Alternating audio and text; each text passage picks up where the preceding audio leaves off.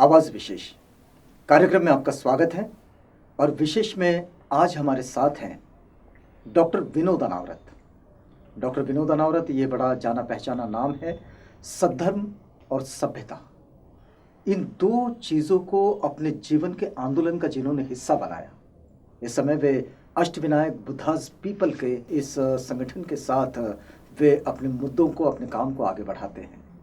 आपको एक बताएं कि बात जब भी मानवीयता का विकास होता है, मानवीय सभ्यता का विकास होता है, उसके साथ भाषा, उसके साथ संस्कृति, उसके साथ सांस्कृतिक चिन्ह, उसके साथ सांस्कृतिक संकेत, ये सब आगे बढ़ते चलते हैं। लेकिन इन्हें ही अपने आंदोलन का वो मुद्दा बनाना कि जिसके साथ मानवीयता का विकास हो, जिसके साथ सामाजिक सद्भावना और सामाजिक सभ्यता दोनों एक साथ साथ आगे बढ़े और एक बेहतर समाज का निर्माण हो, इस सपने के साथ डॉक्टर विनोद अनावरत अपने काम को आगे बढ़ाते हैं। आज आइए समझते हैं उनसे कि ये सारा जो सभ्यता और संस्कृति के विकास का ये जो क्रम है, इस क्रम को इस समय वे कैसा समझ रहे हैं। डॉक्टर साहब, कार्यक्रम में आपका स्वागत है। Thank you. डॉक्टर साहब, इस समय पूरे देश में कहा जाए कि अष्टविनायक का एक बड़ा उत्सव चल रहा है और आप अष्टविनायक बुद्धास पीपल के नाम से काम करते हैं। कई बार आपको क्रांति और प्रतिक्रांति के इस संघर्ष को रखते हुए और इसको साथ लेकर चलते हुए कई बार आपको बड़ी टिप्पणियों का और बड़े ही द्वंद्व का भी सामना करना पड़ा। आप कैसा समझते हैं? बड़े लंबे समय से आप सांस्कृतिक चिन्ह, संस्कृति और सांस्कृतिक संकेत, इन सब पर आप काम करते चले आ रहे हैं। कैसा समझ रहे हैं इस पूरे उत्सव को? अपने भारत के अगर परिवेश में अगर देखा जाए तो इस परिप्रेक्ष्य में कैसा समझेंगे आप इसे? हालांकि अभी जो उत्सव चल रहा है जी, तो उनके हिसाब से और किसी विनायक का उत्सव हो सकता है, किसी विघ्नहर्ता का भी हो सकता है जी, और सुखकर्ता का भी हो सकता है जी, लेकिन सच्चाई यह है, बुद्ध के अष्टांगिक मार्ग या अष्टविनय के द्वारा ही जो लोग उस विचार को अपनाएं। अष्टविनय को अगर थोड़ा सा विशद करना चाहे तो कैसे करेंगे?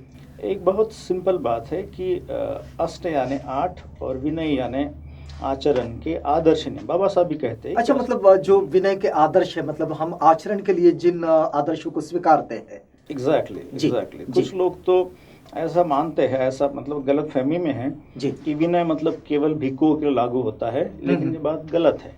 यदि वो बुद्ध धम्मा पढ़ते हैं जी, जी, तो गृहस्थों के लिए विनय, जो बाबा साहब डॉक्टर अम्बेडकर द्वारा रचित है। एग्जैक्टली जी, जी, तो उसमें बहुत स्पष्टता से दिया हुआ है कि गृहस्थों के लिए विनय, पत्नी के लिए विनय, पिता के लिए, पुत्री के लिए विनय।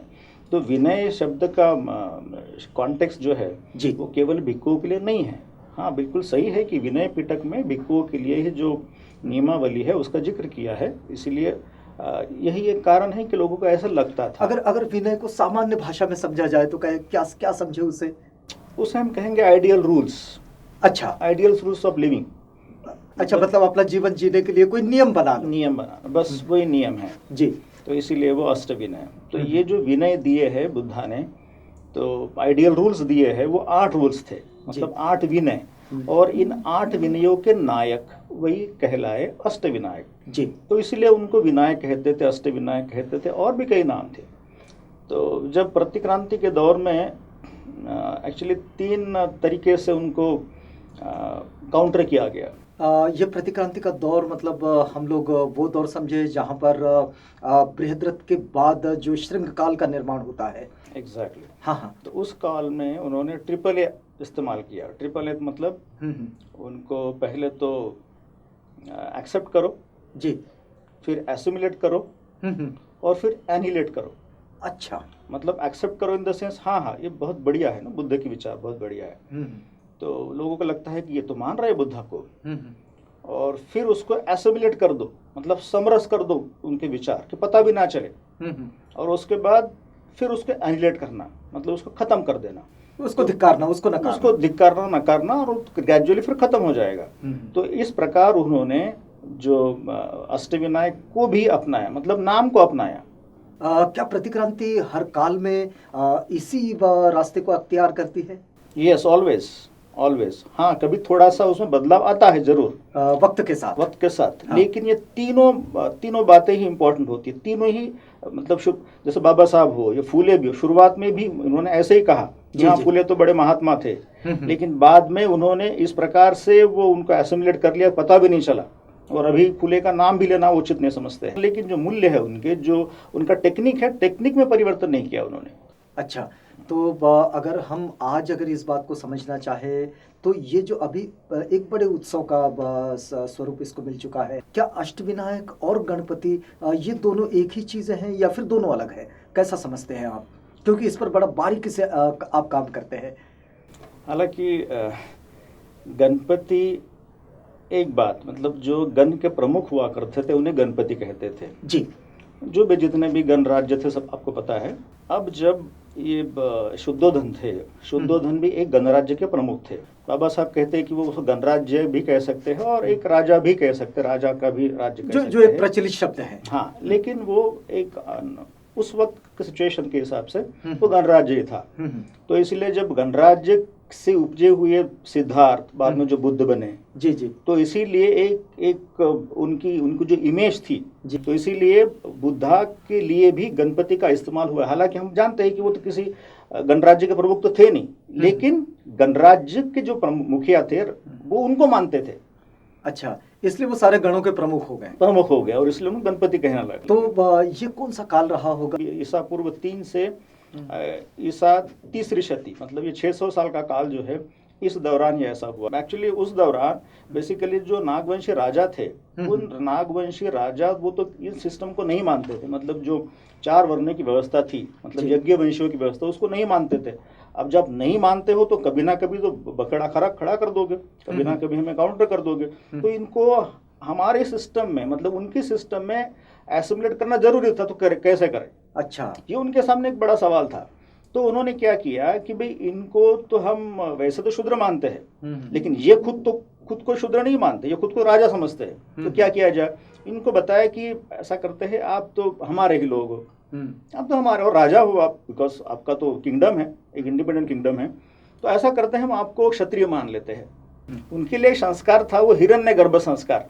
अच्छा, हिरण्यगर्भ संस्कार यानी जो हिरण के तौर पर, जैसे माँ की जो कोख होती है, कोख में जैसा बच्चा होता है, उस प्रकार से उस राजा को जो सोने का एक स्ट्रक्चर हुआ करता जिसमें नहाते थे लोग पहले, जिसको कहते हैं सोने का गंगाड़ कहते हैं। जी। तो उसमें वो बैठ जाए और फिर वो जो भी कुछ मंत्र वगैरह कहे, मतलब सोने का टब, और वो सोने का जो टब है वो भी उनको गिफ्ट में देना है। जी। तो वो सिस्टम था हिरण्यगर्भ संस्कार। मतलब नागवंशी, और उसको कहते थे व्रात्यस्तोम, मतलब नागवंशी राजाओं को इस चतुर्वर्ण की व्यवस्था में लाने के लिए जो सिस्टम था, संस्कार किया था, वो था हिरण्यगर्भ संस्कार। और वही संस्कार हम देखते हैं कि शिवाजी महाराज के वक्त, जी, शिवाजी महाराज के वक्त उन्होंने उसी संस्कार को अपना लिया था। हालांकि वो तो हिरण्यगर्भ से बहुत बड़ा जो पैसा है सबको देना पड़ा उनको, डिफरेंट थिंग। वो जब उनका राज तिलक हुआ था, लेकिन वो था हिरण्यगर्भ संस्कार एक प्रकार।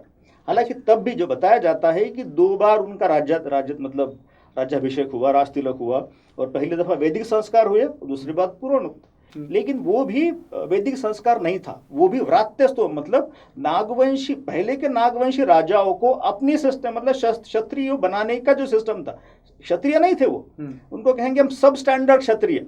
अच्छा, स्टैंडर्ड क्षत्रिय नहीं मानते हैं भाई आपको। तो शिवाजी राजा को भी स्टैंडर्ड क्षत्रिय नहीं माना, क्योंकि उनका जो पुराना कनेक्शन था वो नागवंशियों के साथ था, ऐसा ये समझते थे। अच्छा, ये जानते थे। तो ये जो प्रतिक्रांति का ये जो स्टैंडर्ड सिस्टम था, मतलब जो इनको नहीं मानते थे कि ये लोग हमारे हैं। हाँ, लेकिन वो लोग किसको क्षत्रिय मानते थे? वो लोग एक्चुअली जो, जैसे देखिए, पहली दूसरी शताब्दी में जब उनको समझ में आया कि ये क्षत्रिय जो उनके एग्जिस्टिंग क्षत्रिय थे वो काम में नहीं आ रहे, तो इनको लगा फिर करे क्या? तो फिर ऐसा होगा तो फिर मुस्लिम का सत्ता तो आ ही जाएगा, लेकिन कल्चर भी हावी हो जाएगा। और दूसरी बात, बुद्धिज्म का प्रचार हो रहा था, तो ये उनके लिए मतलब सिचुएशन अच्छी नहीं थी। इसीलिए नागवंशी राजाओं को जो अपने सिस्टम में लाने का जो प्रयास करना पड़ा उनको, तो वही सिस्टम है। लेकिन आज अगर इस बात को समझने की कोशिश करें और इस सभ्यता के विकास में अगर विकास के क्रम में अगर समझने का प्रयास करें तो उस वक्त से लेकर इस वक्त तक ये जो लोग वो प्रतिक्रांति की व्यवस्था को क्या ये प्रोटेक्ट कर रहे थे या फिर ये उस व्यवस्था के विद्रोही बन गए थे? हालांकि उनकी मजबूरी थी, बिकॉज कोई भी राजा कोई धर्म की व्यवस्था नहीं चला सकता। जो एग्जिस्टिंग सिस्टम होता है धर्म का, उसके अनुसार उसको राज करना होता है। अच्छा, जैसे हम देखते हैं अशोका के जमाने में भी उस पर प्रभाव था बुद्धिज्म का, इसी प्रकार शिवाजी के ऊपर जो प्रभाव था वो ब्राह्मणिकल सिस्टम का था। और इसीलिए जो अष्टप्रधान मंडल बनाया था, उस मंडल में केवल एक मराठा थे और बाकी 7 लोग ब्राह्मण थे। ये भी मनुस्मृति में लिखा हुआ है, 7 से 8 उसमें मंत्री होने चाहिए। तो इसके हिसाब से उन्होंने काम किया। तो ऑब्वियसली मतलब चाह कर भी वो इस पर कुछ बात नहीं कर पाए या रिवोल्ट नहीं कर पाए। तो प्रतिक्रांति का ये जो तरीका रहा है पहले से भी, और इसी तरह वो आगे बढ़ते हैं, लेकिन ये जनता में कैसे स्थापित होता चला जाता है? आपको क्या लगता है, इसका क्या स्टडी है कि ये जनता इसको कैसे स्वीकारती है? देखिए, जनता तो बेसिकली जैसे राजा का सिस्टम होता है, और जैसे हमने अभी देखा कि राजा तो धर्म के हिसाब से मतलब उसी सिस्टम को, उसी व्यवस्था को आगे ले जाते हैं।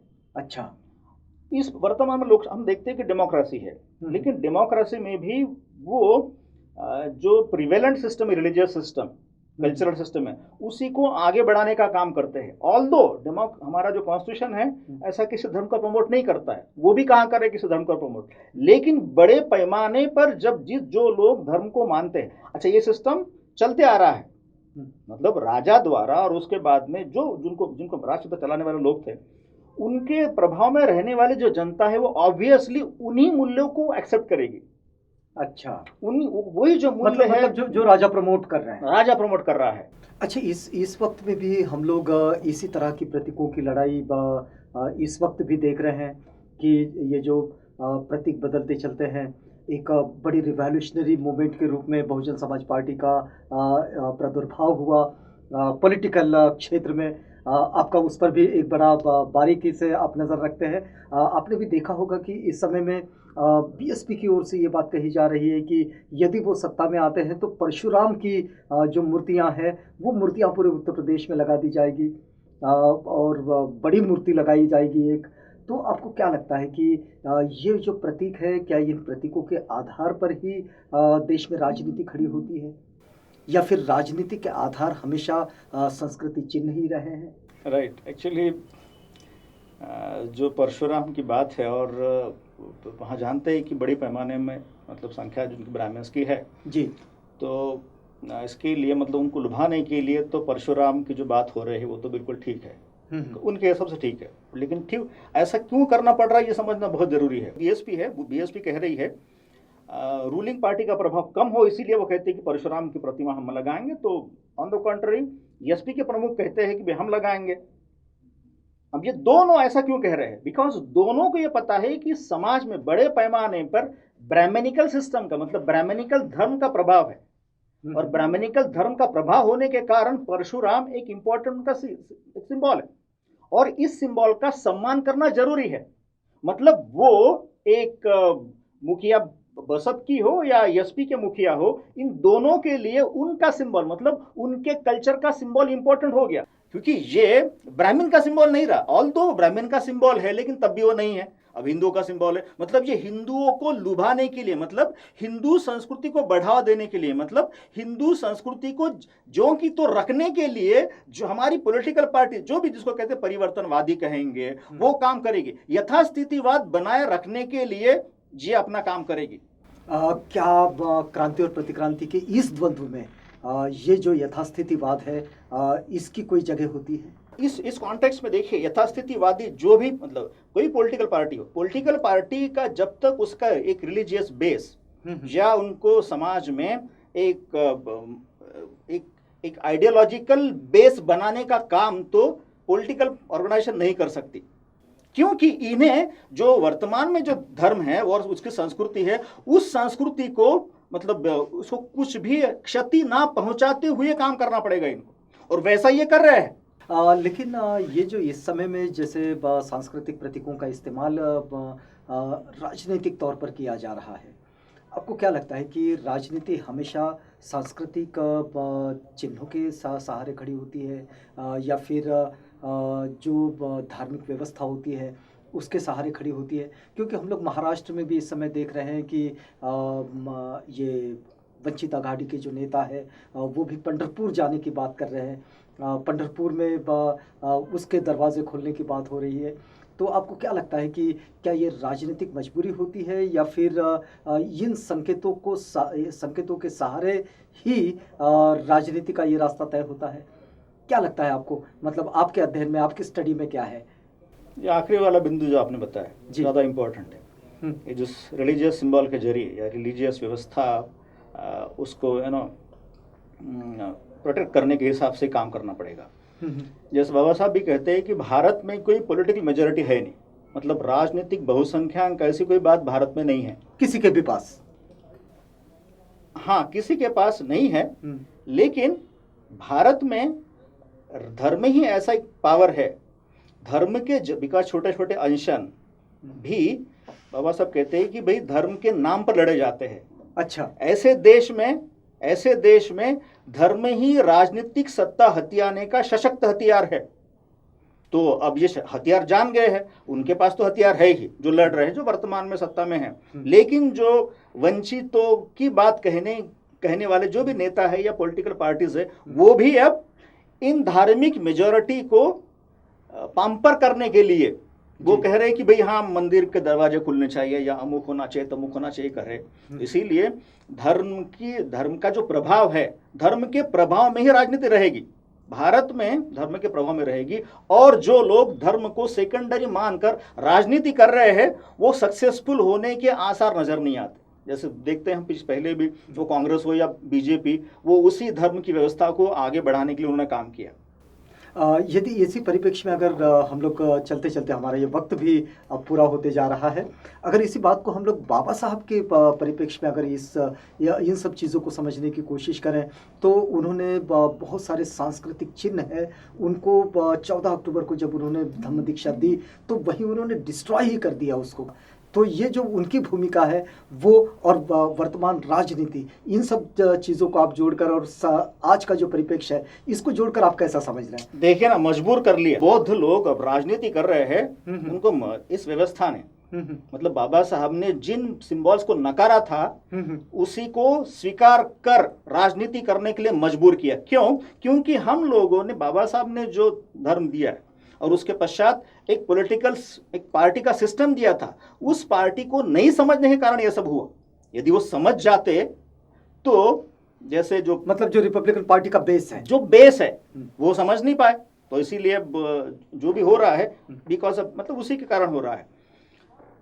तो इस बात को अगर हम लोग यहाँ पर रोकना चाहें तो आप अंतिम रूप से क्या कहना चाहेंगे कि आज का जो ये पूरा परिवेश है, पूरा परिप्रेक्ष्य है, इसमें जो राजनीति जिस तरह से चल रही है वो, और जो पहले से चली आ रही हो, लेकिन आप जो क्रांति और प्रतिक्रांति के द्वंद्व को बहुत बेहतर तरीके से आपके ये जो सद्धर्म और सभ्यता के विकास के क्रम को रखते हैं, तो अगर इसको हम लोग समराइज करना चाहें तो आपका एक अंतिम क्या टिप्पणी होगी? आपको कल्चर वर्सेस कल्चर, इस प्रकार की लड़ाई में उतरना पड़ेगा कभी ना कभी, मतलब आज या कल कभी ना कभी उतरना पड़ेगा, तभी आप पॉलिटिक्स समझ पाओगे। और समतावादी जो कहते हैं ना बात, समतावादी हम जो राजनीति है कर पाएंगे जी, उसके बिना नामुमकिन है ये। हाँ, कुछ चंद दिनों तक, मतलब कुछ 2-3 साल राजनीति कर लेते हैं हम, पावर में आ जाते हैं तो हमें एक भ्रम सा हो जाता है। तो ये जो समतावादी राजनीति है, इस राजनीति की संस्कृति कैसे होगी, कैसे विकसित होगी, आपको क्या लगता है? जब तक इनका, देखिए, बिकॉज राजनीति वाले हालांकि वो समझते हैं कि हम वो सर्वोच्च परी है, लेकिन राजनीति वाले कभी भी सर्वोच्च नहीं हो सकते। धर्म का कारण करने, धर्मनीति करने वाले लोगों के तहत इन्होंने राजनीति करनी चाहिए, या कल्चर के जो लोग हैं, कल्चर के लिए काम करने वाले, उनको बढ़ावा देना चाहिए, और उनके तहत काम यदि करते हैं तभी कुछ आशा की किरण नजर आएगी। वो मार्ग जो हम लोग धारण करते हैं, और वो धारण करने वाला मार्ग अगर समता पर आधारित है तो फिर वो हमारे आचरण का हिस्सा बनता है।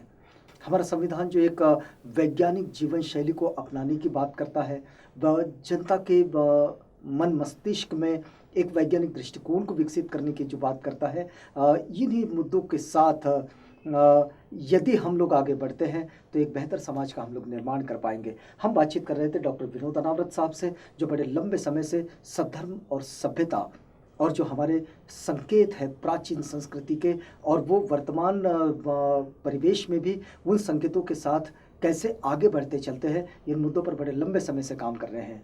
डॉक्टर साहब, आप हमारे साथ आए, हमसे बातचीत की, इस पूरी बातचीत के लिए आपका बहुत धन्यवाद। आप बने रहिएगा आवाज़ इंडिया के साथ, प्रोग्राम आगे भी जारी है।